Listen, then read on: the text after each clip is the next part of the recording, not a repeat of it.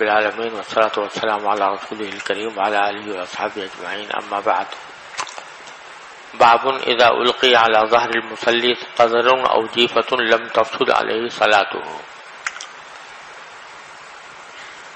جب کسی مصلی کی پشت پر کوئی گندگی ڈال دی جائے یا کوئی مردار اس کی پشت پر رکھ دیا جائے تو لم تفسد علیہ صلاتہ، اس کی اس عمل سے اس کی نماز فاسد نہیں ہوتی۔ یہ امام بخاری رحمۃ اللہ علیہ کا مسلک ہے جس کو انہوں نے اس باب میں بیان کیا ہے۔ اس مسلک کا حاصل یہ ہے کہ نماز شروع کرتے وقت میں تو طہارت ثوب ضروری ہے، طہارت ثوب بھی، طہارت بدن بھی،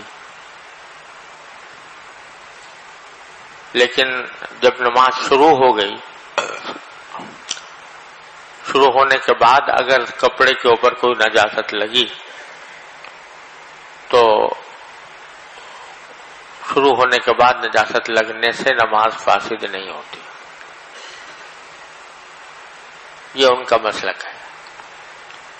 دوسرے الفاظ میں یہ کہہ سکتے ہیں کہ ان کے نزدیک طہارت ثوب یہ ابتداءً تو شرط ہے نماز کی صحت کے لیے، لیکن بقاءً شرط نہیں ہے۔ یہ نماز کے صحیح صحت کے باقی رہنے کے لیے ضروری نہیں ہے کہ کپڑا آخر وقت تک پاک رہے، بلکہ بیچ میں اگر نجاست لگے گی تو کپڑا جو ہے وہ چاہے ناپاک ہو، نماز درست ہو جائے گی، نماز فاسد نہیں ہوگی۔ یہ امام بخاری کا مسلک ہے۔ حنفیہ کا قول یہ ہے کہ طہارت ثوب جس طرح ابتداءً ضروری ہے اسی طرح بقاءً بھی ضروری ہے، یعنی نماز کے آخر وقت تک کپڑے کا پاک ہو رہنا ضروری ہے، اگر کسی وقت بھی اس کو نجاست لگ جائے گی تو نماز فاسد ہو جائے گی۔ اور حنفیہ کا استدلال قرآن کریم کی آیت سے ہے، وَثِيَابَكَ فَطَهِّرْ، اس میں صیغہ امر کا ہے کہ اپنے کپڑوں کو پاک رکھو، اور اس پر تقریباً اتفاق ہے کہ یہ کپڑوں کی پاکی کا جو حکم دیا گیا ہے نماز کی حالت میں فرض ہے۔ تو کپڑوں کا پاک رہنا یہ آیت کریمہ سے ثابت ہے، اور کوئی ایسی دلیل قوی نہیں ہے جس سے کہ یہ اس بات پر استدلال کیا جا سکے کہ بیچ میں اگر نجاست لگ جائے تو اس سے نماز فاسد نہیں ہوتی، جیسا کہ ابھی آپ دیکھیں گے کہ امام بخاری نے جن چیزوں سے استدلال کیا ہے ان استدلالات میں نظر ہے، کوئی استدلال بھی تام نہیں ہے۔ چنانچہ پہلے استدلال تو انہوں نے کیا ہے ایک روایت سے کہ قال کان ابن عمر اذا رأى في ثوبه دما وهو يصلي وضعه ومضى في صلاته، عبداللہ ابن عمر کا یہ عمل نقل کیا ہے رضی اللہ تعالیٰ عنہما کہ جب وہ اپنے کپڑے میں کوئی خون دیکھتے، وہو یصلی، جبکہ وہ نماز پڑھ رہے ہوتے تھے، تو وضعہ، اس کپڑے کو اتار دیتے تھے، ومضى في صلاته، اور نماز کو اپنے جاری رکھتے تھے۔ اب اس اثر کو اگر دیکھا جائے جیسا کہ وہ یہاں مذکور ہے تو اسی میں یہ مذکور ہے کہ جب وہ دیکھتے کہ خون لگا ہوا ہے تو کپڑے کو اتار دیتے تھے، وضعہ، ظاہر یہ ہے کہ جو ہی خون دیکھا فوراً اتار دیا۔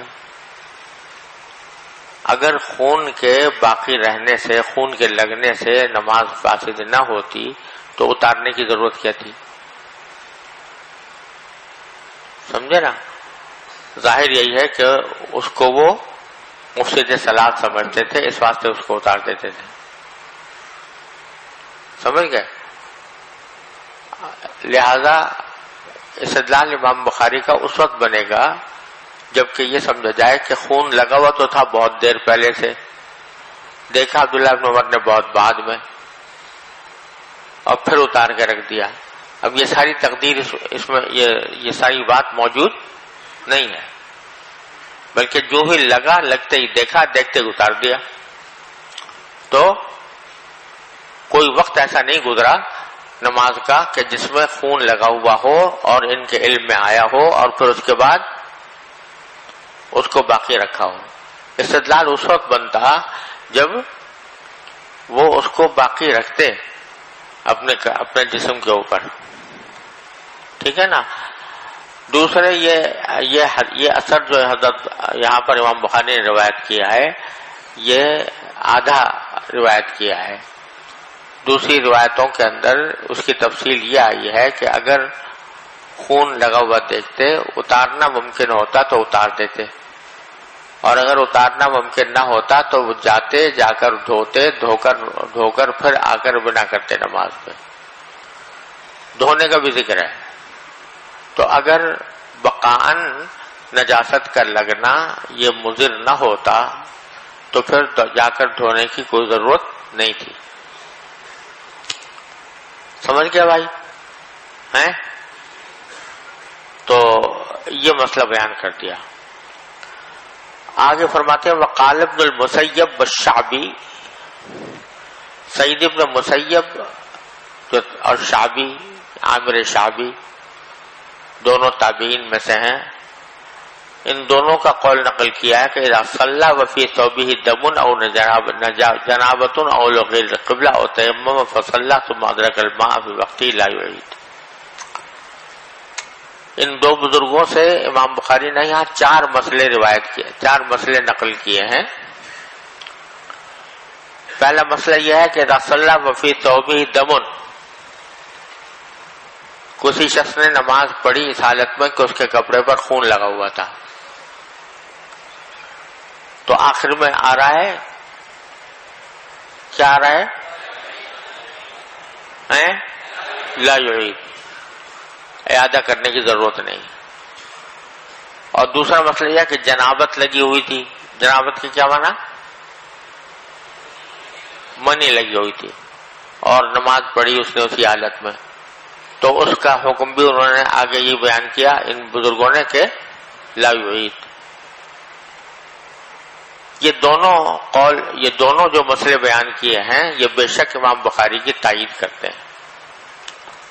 سعید ابن مسیب کا یہ قول بھی اور عامر شعبی رحمۃ اللہ علیہ کا یہ قول بھی امام بخاری کے اس مسلک کی تائید کرتے ہیں کہ طہارت ثوب ابتدائی نماز میں تو ضروری ہے، بقائے نماز کے لیے ضروری نہیں ہے. سمجھ گیا نا. تو لیکن یہ دونوں قول جو ہیں یہ تابعین کے ہیں، سعید بن مسیب اور امام شعبی رحمۃ اللہ علیہ. اور یہ بات آپ جانتے ہیں کہ تابعین کے بارے میں تابعین کے اقوال حجت نہیں ہوتے ائمہ مجتہدین کے لیے. جیسے امام حنیفہ وغیرہ ان کے لیے حجت نہیں ہے. ان کا استدلال جو ہے وہ جیسا میں نے عرض کیا وہ قرآن کریم کی آیت سے ہے، ثیابہ کا بطاہر سے. تو اس کے مقابلے پر کسی تابعی کا قول مقابلے پر پیش نہیں کیا جا سکتا. سمجھ گئے. تیسرا مسئلہ یہ بیان کیا ہے او لغیر القبلہ، کہ کسی شخص نے قبلے کے سوا غیر قبلے کی طرف نماز پڑھ لی، یعنی اس کو قبلے کا رخ صحیح معلوم نہیں تھا اور اس نے غلط رخ پر نماز پڑھ لی تو لا یعید. اس میں بھی یہ حکم انہوں نے دیا کہ وہ اعادہ نہیں کرے گا. حنفیہ کیا بھی یہ حکم ہے بشرطے کہ اس نے تحری کر لی ہو. پہلے کسی شخص کو قبلہ پتہ نہیں ہے قبلے کا رخ کون سا ہے، تو اس نے اپنی حد تک کوشش کی ہو قبلے کا رخ صحیح رخ جاننے کی، تحری کی ہو، کو اندازہ لگایا، کوئی قیاس کیا کہ سورج کہاں سے نکلا ہے، کہاں غروب ہو رہا ہے، چاند کہاں سے نکلا، چاند غروب ہو رہا ہے، یا کسی سے پوچھ لیا. تو تحری کرنے کے بعد اس نے ایک جانب سمجھا کہ ادھر قبلہ ہے اور ادھر اس نے نماز پڑھ لی. سمجھے نا. تو چاہے بعد میں پتہ لگے کہ یہ قبلہ کا رخ درست نہیں تھا بلکہ قبلہ کا رخ کوئی اور تھا، اس کے باوجود اس کے ذمہ حنفیہ کے نزدیک بھی اعادہ واجب نہیں ہوتا. سمجھ گیا نا؟ چوتھا مسئلہ بیان کیا، او تیمم فصلی ثم ادرک الماء فی وقتہ، کہ ایک شخص نے تیمم کیا، پانی موجود نہیں تھا، اور پانی موجود نہ ہونے کی وجہ سے اس نے تیمم کر کے نماز پڑھ لی، لیکن ابھی نماز کا وقت باقی تھا، ختم نہیں ہوا تھا نماز کا وقت، کہ اسی دوران اس کو پانی مل گیا. تو پانی مل جانے کی وجہ سے جو اس نے نماز پڑھ لی ہے وہ فاسد نہیں ہوگی بلکہ صحیح ہو جائے گی، اور اس کا اعادہ واجب نہیں ہوگا. حنفیہ کے یہاں بھی یہی حکم ہے. فاسد کب ہوتی ہے؟ کہ مثلا دوران نماز اگر پانی نظر آ جائے، نماز کے دوران پانی نظر آ گیا تو پھر تو نماز فاسد ہو جائے گی. ضروری ہے کہ نماز توڑ کر پھر وضو کرے، وضو کر کے پھر اثر نماز پڑھے. سمجھ گئے بھائی؟ اب آگے جو حدیث روایت کی ہے دو سندوں سے روایت کی ہے. ایک عبدان والی سند ہے، قال اخبرنی ابی عن شعبہ عن ابی اسحاق عن عمرو بن میمون عن عبداللہ بن مسعود قال، عبداللہ بن مسعود رضی اللہ عنہ یہ واقعہ بیان فرما رہے ہیں، بینا رسول اللہ صلی اللہ علیہ وسلم ساجد. اس پہلی روایت کے اندر کے الفاظ شروع میں یہ ہیں کہ اس دوران کے رسول اللہ صلی اللہ علیہ وسلم سجدے میں تھے. اور دوسری روایت ہے قال وحدثني احمد بن عثمان قال حدثنا شريح بن مسلمہ قال حدثنا ابراہیم بن یوسف عن ابی اسحاق قال حدثنا عمرو بن میمون ان عبد الله بن مسعود رضی اللہ عنہ حدثه ان النبي صلی اللہ علیہ وسلم كان يصلي عند البيت. اس میں الفاظ یہ ہیں کہ رسول اللہ صلی اللہ علیہ وسلم نماز پڑھ رہے تھے بیت اللہ کے پاس. وابو جہل واصحابہ اصحاب له جلوس، حضور اقدس صلی اللہ علیہ وسلم نماز پڑھ رہے تھے بیت اللہ کے پاس، اور ابو جہل اور اس کے کچھ ساتھی وہاں پر بیٹھے ہوئے تھے. اذ قال بعضهم لبعض، اتنے میں ان میں سے ایک نے دوسرے سے کہا کہ ایکم یجیء بصلاۃ جزور بنی فلان، تم میں سے کون ہے جو بنی فلان کے اونٹ کی اوجڑی لے کر آئے. یعنی بنی فلان کوئی خاندان تھا، اس خاندان نے کوئی اونٹ ذبح کیا ہوا تھا، جزور اونٹ کو کہتے ہیں. تو اونٹ ذبح کیا ہوا ہے، تو کون ہے جو وہاں سے اس کی اوجڑی، جانتے ہو نا اوجڑی، وہ جو اس کا پیٹ کا پورا حصہ ہوتا ہے، اس کو سلا کہتے ہیں عربی میں. تو کون ہے جو لے کر آئے فیضعہ علی ظہر محمد، لا کر محمد صلی اللہ علیہ وسلم کی پشت پر رکھ دے. اذا سجدہ، جب وہ سجدے میں جائیں. فم بعث اشقى القوم، تو اس قوم میں جو سب سے زیادہ شقی شخص تھا وہ اٹھ کھڑا ہوا. انبعث اٹھا، فجاء بی، اور وہ لے آیا، وہی اوج اٹھا کر لے آیا. فنظر، تھوڑی دیر انتظار کیا، حتی اذا سجد النبی صلی اللہ علیہ وسلم، یہاں تک کہ جب آپ سجدے میں تشریف لے گئے تو وضعہ علی ظہرہ بین کتفیہ، تو لا کر وہ اوجڑی آپ کے کندھوں کے درمیان آپ کی پشت پر رکھ دی. وَأَنَا أَنظُرُ لَا أُغْنِي شَيْئًا، عبداللہ بن مسعود رضی اللہ عنہ فرما رہے ہیں میں دیکھ رہا تھا یہ سارا منظر کہ یہ خباثت کی ہے انہوں نے کہ اوجڑی لا کر نبی کریم صلی اللہ علیہ وسلم کی پشت مبارک پر رکھ دی ہے. میں دیکھ رہا تھا لا اغنی شیئا، میں کوئی فائدہ نہیں پہنچا سکتا تھا، کوئی مدد نہیں کر سکتا تھا. مدد نہ کرنے کی وجہ یہ کہ یہ عبداللہ بن مسعود جو تھے یہ قریش کے قبیلے سے نہیں تھے، یہ بنو حذیل سے تعلق رکھتے تھے. تو یہ اکیلے تھے بیچارے، اور قریش کا قبیلہ پورا وہاں پر بیٹھا ہوا تھا. تو یہ اگر اس کی مخالفت کرتے تو یہ ان کی مخالفت کی تاب نہیں لا سکتے تھے، ان کے وہ ان کی جان کے دشمن ہو جاتے. اس لیے کہنے وانا انظر لا اغنی شیئا، میں دیکھ رہا تھا اور کوئی مدد نہیں کر سکتا تھا۔ اغنا یغنی، اغنان کے لفظ معنی ہوتا ہے کافی ہو جانا، تو میں کافی نہیں ہو سکتا تھا کسی بھی معاملے میں، یعنی کوئی مدد نہیں کر سکتا تھا۔ لو کانت لی منعتن، کاش کہ میری کوئی طاقت ہوتی۔ منع اس طاقت کو کہتے ہیں جس سے کہ آدمی دوسرے دشمن کا دفاع کرے، تو کاش کہ میرے پاس کوئی ایسی طاقت ہوتی جس کے نتیجے میں قریش کے حملوں کا دفاع کر سکتا، تو اس صورت میں یہ صورتحال بدل سکتا تھا اور ان کو روک سکتا تھا، لیکن میرے پاس کوئی منعت نہیں تھی، کوئی طاقت نہیں تھی۔ قال فجعلوا يضحكون، یہ منظر دیکھ کر کہ اوجڑی نبی کریم صلی اللہ علیہ وسلم کی پشت پر رکھی ہوئی ہے، یہ منظر دیکھ کر وہ ہنسنے لگے۔ وَيُحِيلُ بَعْضُهُمْ عَلَى بَعْضٍ، اور ان میں سے ایک دوسرے کی طرف حوالے کر رہا تھا۔ اس کے دو معنی ہو سکتے ہیں، يُحِيلُ بَعْضُهُمْ عَلَى بَعْضٍ، یعنی مذاق اڑانا پیش نظر تھا نا،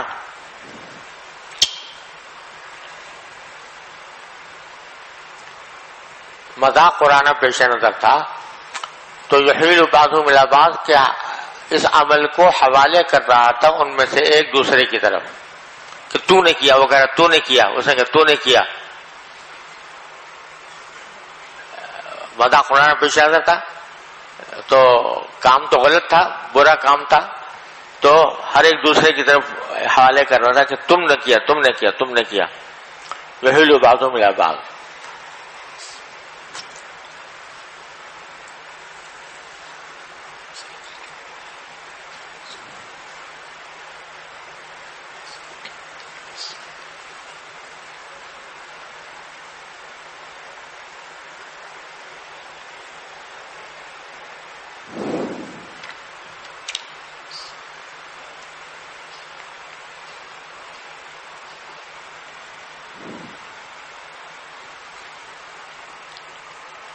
تو ایک معنی تو یہ ہو سکتے ہیں، اور ایک معنی یہ ہے کہ ہنسی سے وہ دوہرے ہوئے جا رہے تھے، اور ایک ہنسی کے مارے ایک دوسرے کے اوپر گر رہا تھا، دونوں معنی ہو سکتے ہیں۔ فَجَعَلُوا يَضْحَكُونَ وَيُحِيلُ بَعْضُهُمْ إِلَى بَعْضٍ وَرَسُولُ اللَّهِ صلی اللہ علیہ وسلم ساجد لا يرفع رأسه۔ اب ظاہر ہے کہ اوجڑ لا کے رکھ دی اتنی بھاری نبی کریم صلی اللہ علیہ وسلم کے پشت مبارک پر، تو آپ سجدے میں پڑے رہے اور اپنا سر مبارک اٹھا نہیں سکے، حتی جاءت فاطمہ، یہاں تک کہ فاطمہ رضی اللہ تعالی عنہا وہاں پر آئی، فطرحته عن ظہری، اور اس کو اوج کو آپ کے پشت سے ہٹایا، فرفع رأسه ثم قال، تو آپ نے اپنا سر مبارک اٹھایا اور پھر یہ دعا کی کہ اللہم علیک بقریش، یہ بد دعا دی آپ نے۔ علیک بفلان یہ ایک محاورہ ہوتا ہے، اس میں فعل ہے علیک بفلان، یہ خذہ، یا اللہ اس کو پکڑ میں لے لے۔ علیک بقریش کے معنی اے اللہ قریش کو اپنی پکڑ میں لے لے۔ ثلاث مرات، 3 مرتبہ آپ نے یہ بد دعا دی۔ فشق ذلك علیہم، تو حضرت صلی اللہ علیہ وسلم کا یہ بد دعا دینا ان پر بڑا شاق گزرا۔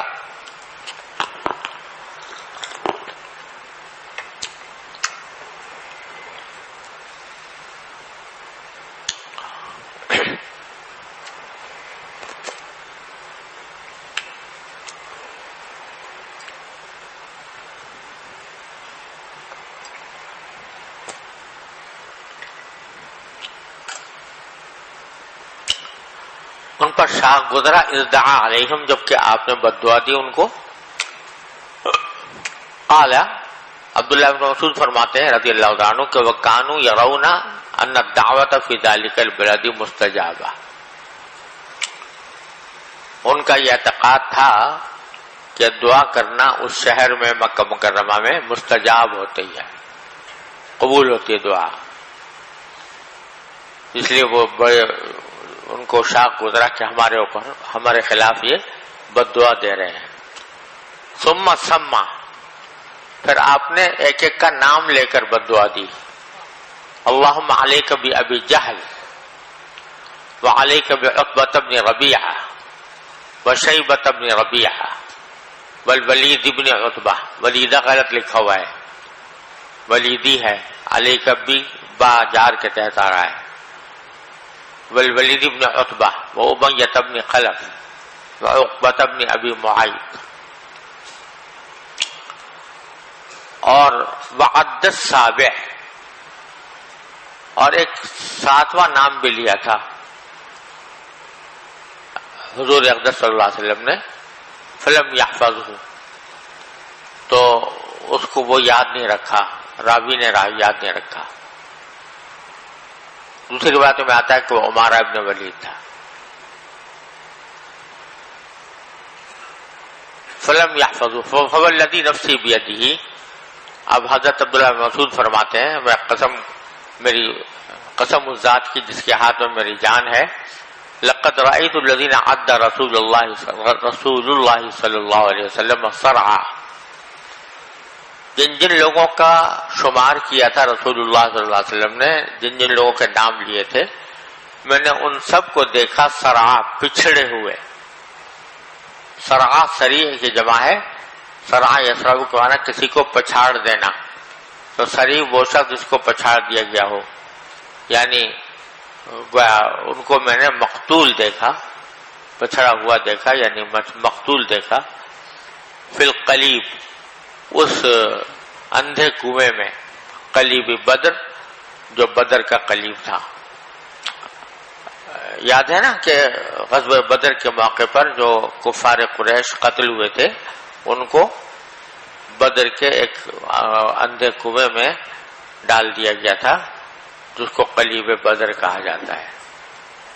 تو عبداللہ بن مسعود رضی اللہ عنہ فرما رہے ہیں کہ جن لوگوں کا نام لیا تھا رسول اللہ صلی اللہ علیہ وسلم نے بد دعا میں، تو میں نے ان سب کو دیکھا کہ وہ قلیب بدر کے اندر پچھڑے ہوئے پڑے ہیں، یعنی ان کی لاشیں وہاں پر میں نے دیکھی. تو سب کا انجام برا ہوا. یہ واقعہ ہے جس سے امام شافعی امام بخاری رحمۃ اللہ علیہ اس بات پر استدلال فرما رہے ہیں کہ اگر نجاست اثنائے صلاۃ میں لگ جائے تو وہ مفسد صلاۃ نہیں ہوتی، کیونکہ یہاں نبی کریم صلی اللہ علیہ وسلم کے جسم اطہر پر، آپ کے کپڑوں پر اوجڑی لا کر رکھی گئی، لیکن اس کے باوجود آپ کی نماز فاسد نہیں ہوئی. سمجھے نا؟ یہ استدلال ہے. لہذا اس سے پتہ چلا کہ نماز کے دوران اگر نجاست لگ جائے کپڑے پر تو اس سے نماز فاسد نہیں ہوتی.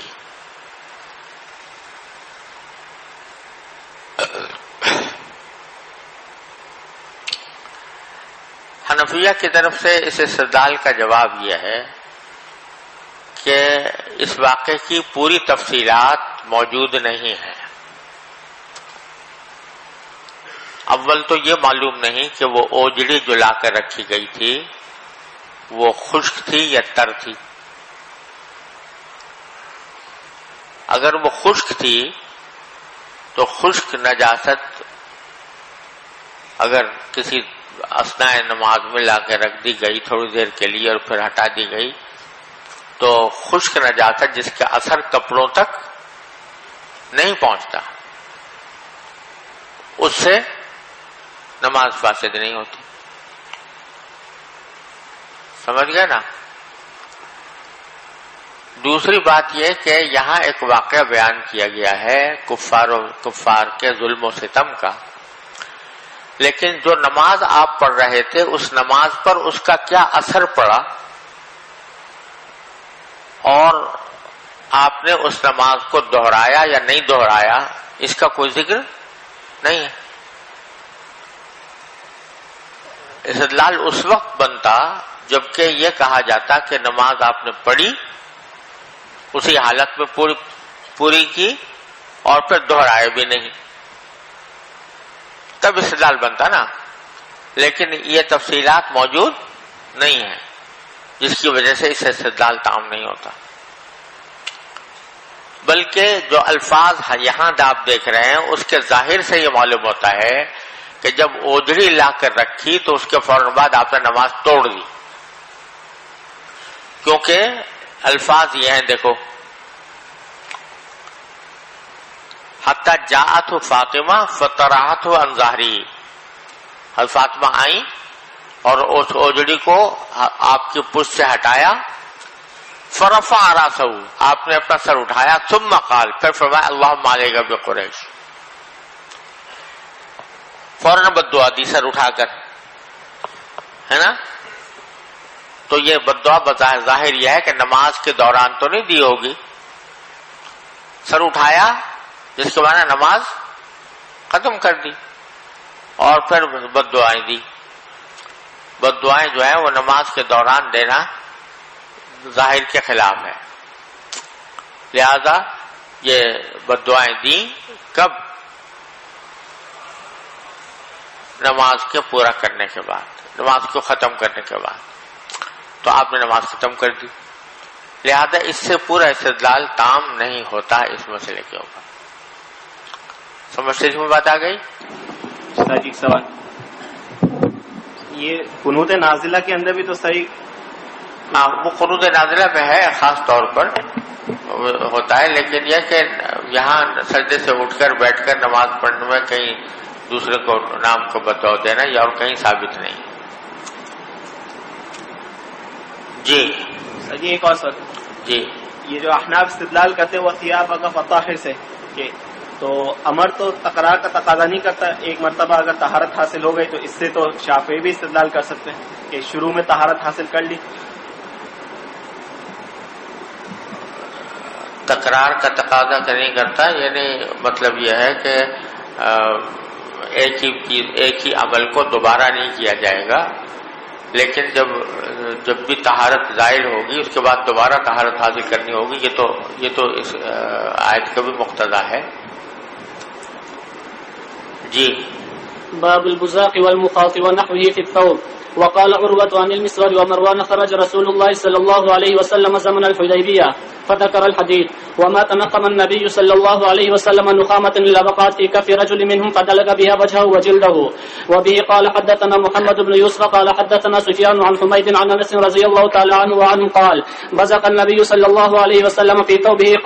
قال أبو عبد الله طوله ابن أبي مريم قال أخبرنا يحيى بن أيوب قال حدثني حميد قال سمعت أنس رضي الله تعالى عنه وعنهم عن النبي صلى الله عليه وسلم.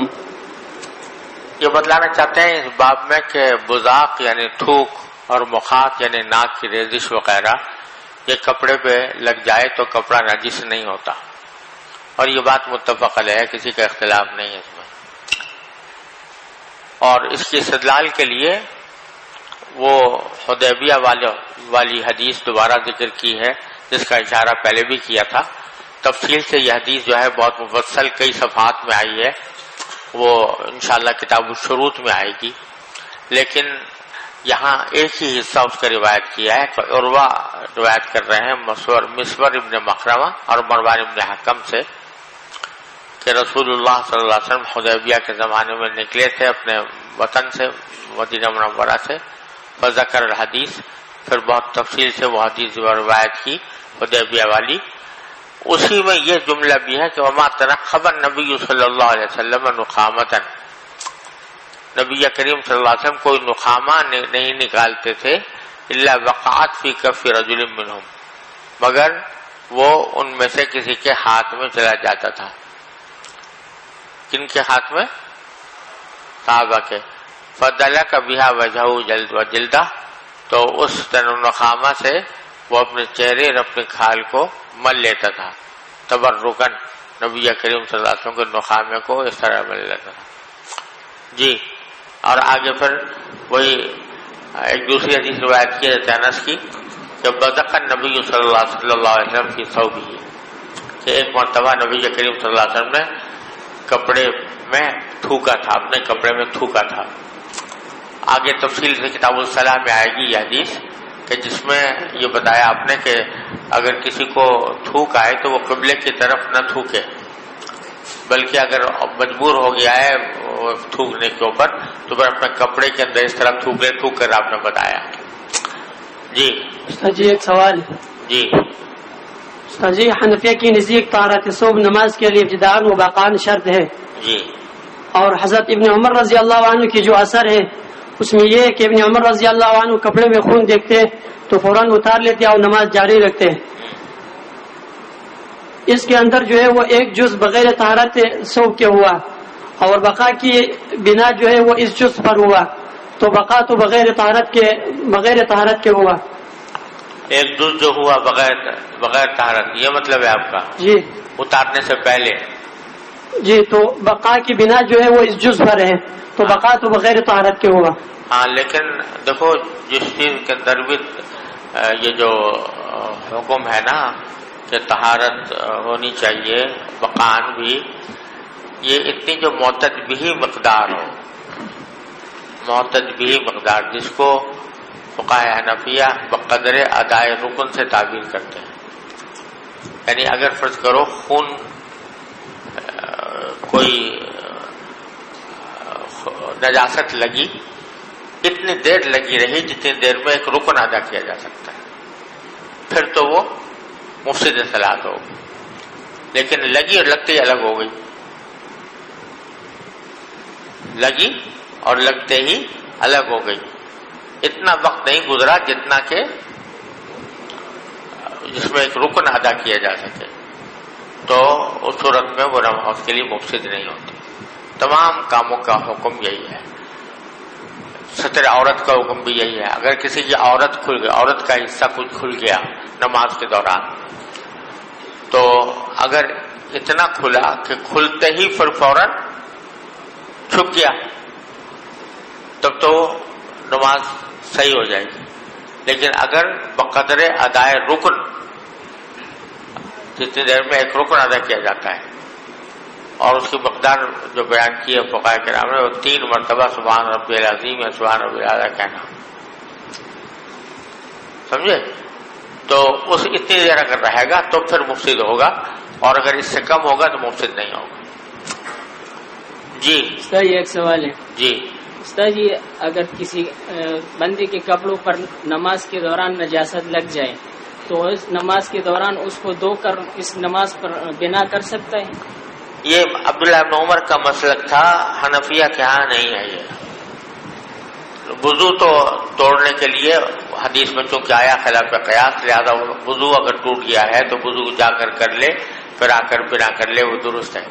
لیکن کپڑے کو دھو کر بنا کرنا یہ کہیں کسی حدیث سے ثابت نہیں ہے، اس واسطے حنفیہ کا اس پر عمل نہیں. جی بسم الله الرحمن الرحيم. باب لا يجوز الوضوء بالنبيذ ولا بالمسكر. وكره الحسن وابو العالية وقال عطاء التيمم احب الي من الوضوء بالنبيذ واللبن. وبه قال حدثنا علي بن عبد الله قال حدثنا سفيان قال عن الزهري عن ابي سلمة عن عائشة رضي الله تعالى عنها وعنهم عن النبي صلى الله عليه وسلم قال كل شراب اسكر فهو حرام. یہ مسئلہ بیان کر رہے ہیں کہ کسی بھی نبیذ سے، نبیذ وہ شربت ہوتا ہے جو کسی پھل کو پانی میں ڈالنے کے نتیجے میں تیار ہوتا ہے، اس کو نبیذ کہتے ہیں. تو نبیذ سے وضو کرنا جائز نہیں ہے، اور مسکر سے یعنی کوئی بھی ایسا مشروب جو کہ نشہ آور ہو، کوئی ایسا سیال مائع چیز جو کہ نشہ آور ہو، اس سے وضو جائز نہیں.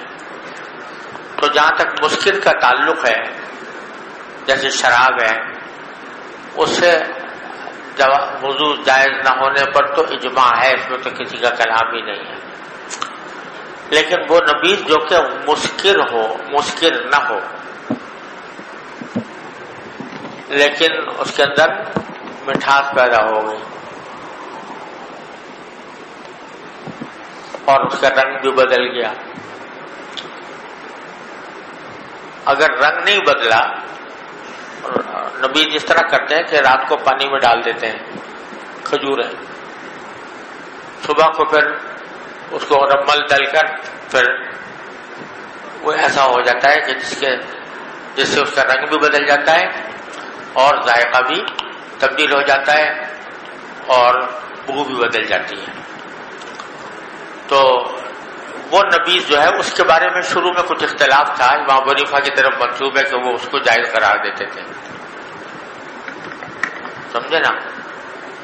لیکن بعد میں امام ابو حنیفہ نے اس سے رجوع کر لیا، اور اب جمہور کا قول یہی ہے کہ نبیذ سے بھی وضو جائز نہیں ہے، کیونکہ وہ اس میں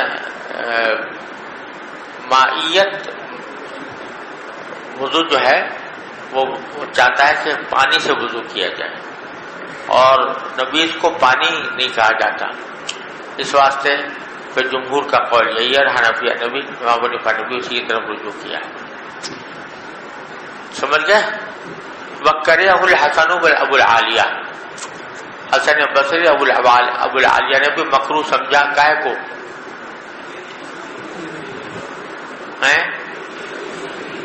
نبی سے وضو کرنے کو.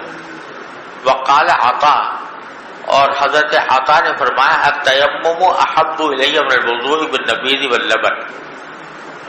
عطا ابن ابی رباح فرماتے ہیں کہ مجھے تیمم کرنا زیادہ محبوب ہے بنسبت اس کے کہ میں نبیذ سے وضو کروں یا دودھ سے وضو کروں. یعنی اگر میرے پاس فرض کرو ایک نبیذ موجود ہے اور کوئی اور پانی موجود نہیں ہے تو میں کیا کروں گا؟ تیمم کروں گا، وضو نہیں کروں گا نبیذ سے یا دودھ سے، کیونکہ یہ پانی کے حکم میں داخل نہیں ہے. جی وبه قال حدثنا علی بن عبد الله قال حدثنا سفیان قال عن الزهري عن ابي سلمة عن عائشة رضي الله عنها عن النبي صلى الله عليه وسلم قال كل شراب اسكر فهو حرام. تو جب ہر مسکر شراب حرام ہے تو اس سے وضو بھی کیسے جائز ہوگا؟ جی باب غسل المرأة يباح الدم عن وجهه. وقال ابو العالية امسحه على رجله فإنها مريضة. وبه قال حدثنا محمد قال حدثنا سفيان بن عيينة عن ابي حازم انه سمع سهل بن سعد الساعدي وسأله الناس ما بيني وبينه أحد بأي شيء ذوي جرح النبي صلى الله عليه وسلم فقال ما بقي أحد عالم به مني كان علي جدي بترسه فيه ما وفاطمة تغسل عن وجهه دم فأخذ حصير فأحرق فحوشي به جرحه. یہ کہہ رہے ہیں کہ عورت اگر اپنے والد کے چہرے سے خون دھوئے تو کوئی حرج نہیں ہے. مقصد یہ ہے کہ وضو کے اندر اتنی مدد لینا کسی سے، وضو میں یا غسل میں یا اپنے جسم کو دھونے میں، کہ کوئی دوسرا آدمی پانی ڈال دے اور اس سے مدد لے لی جائے تو اس میں کوئی مذائقہ نہیں ہے. اور ابو العالیہ نے فرمایا کہ امسحوا علی رجلی فانها مریضہ، اپنے ساتھیوں سے کہا کہ ذرا میرے پاؤں پر مسح کر دو کیونکہ یہ بیمار ہے میرا پاؤں، تو اس پر مسح کر دو. تو یہاں اپنے پاؤں کے اوپر انہوں نے مسح فرمایا.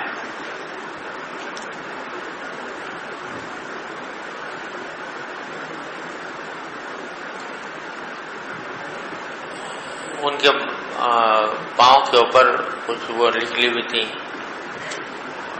ایسی پھنسیاں نکلی ہوئی تھی جس کی وجہ سے پاؤں کو دھونا ممکن نہیں تھا. انہوں نے کہا کہ میرے پاؤں کے اوپر مسح کر دو، تو دوسروں سے مسح کروایا. تو معلوم ہوا کہ ایسا کرنا بھی جائز ہے. اور جو پہلا حصہ ہے کہ عورت کا اپنے والد کے چہرے سے خون دھونا، وہ ثابت ہے. یہ غزوہ احد کے واقعہ روایت کیا ہے. بھی قال حدثنا محمد قال حدثنا سفیان بن عیینہ عن ابی حازم انه سمع سهل بن سعد الساعدی. حضرت ابو حازم نے سہل بن سعد ساعدی رضی اللہ تعالیٰ عنہ کو سنا. وسأله الناس، جبکہ لوگ ان سے پوچھ رہے تھے وما بینی وبینہ احد، اس حالت میں پوچھ رہے تھے کہ میرے اور ان کے درمیان کوئی تیسرا آدمی موجود نہیں تھا. کیا پوچھ رہے تھے؟ یہ پوچھ رہے تھے کہ بأي شيء دوبي جرح النبی صلی اللہ علیہ وسلم، کہ کس چیز سے علاج کیا گیا تھا نبی کریم صلی اللہ علیہ وسلم کے زخم کا. یعنی یہ تو معلوم ہے کہ غزوہ احد کے موقع پر نبی کریم صلی اللہ علیہ وسلم کے چہرے اقدس پر زخم لگے تھے، لیکن ان زخموں کا علاج کس چیز سے کیا گیا یہ پوچھا گیا. کس سے پوچھا گیا؟ سہل بن سعد رضی اللہ تعالیٰ عنہ سے. سمجھے؟ فقال، تو سہل نے جواب میں فرمایا کہ ما بقی احد اعلم به منی، اب اس دنیا میں اس بات کو مجھ سے زیادہ جاننے والا کوئی اور باقی نہیں رہا. یعنی سہل بن سعد جو ہے صغار صحابہ میں سے ہیں. حضور اقدس صلی اللہ علیہ وسلم کے زمانے میں کم سن صحابی تھے، تو لہذا زیادہ عرصے زندہ رہے، جبکہ دوسرے صحابہ کرام دنیا سے جا چکے تھے. تو فرماتے ہیں کہ اب اس بات کا جاننے والا مجھ سے زیادہ کوئی اور باقی نہیں رہا. پھر بتایا کہ یوں ہوتا تھا کہ کان علی یجیء بترسہ فیہ ماء، حضرت علی رضی اللہ تعالیٰ عنہ اپنی ڈھال لے کر آتے تھے جس میں پانی ہوتا تھا. وہ فاطمہ تغسل عن وجہہ الدم، اور حضرت فاطمہ آپ کے چہرے مبارک سے خون کو دھو رہی تھی. فأخذ حصیر، پھر ایک چٹائی لی گئی. فأحرق، اور اس کو جلایا گیا، چٹائی کے کچھ حصے کو جلایا گیا. فحشی به جرحہ، اور اس کی راکھ سے بھرا گیا آپ کا زخم. یہ جلی ہوئی راکھ سے زخم کے اندر ڈالتے تھے تو اس سے خون بند ہو جایا کرتا تھا. تو آپ کے زخم کو بھرا گیا اس راکھ سے. تو یہ واقعہ بیان کیا غزوہ احد کا حضرت سہل بن سعد رضی اللہ تعالیٰ عنہ نے، اور حضرت فاطمہ کا یہ عمل اسی سے استدلال کیا کہ وہ اپنے والد کے جسم سے، ان کے چہرے سے خون کو دھو رہی تھی. بس صلی اللہ تعالی علیہ وسلم.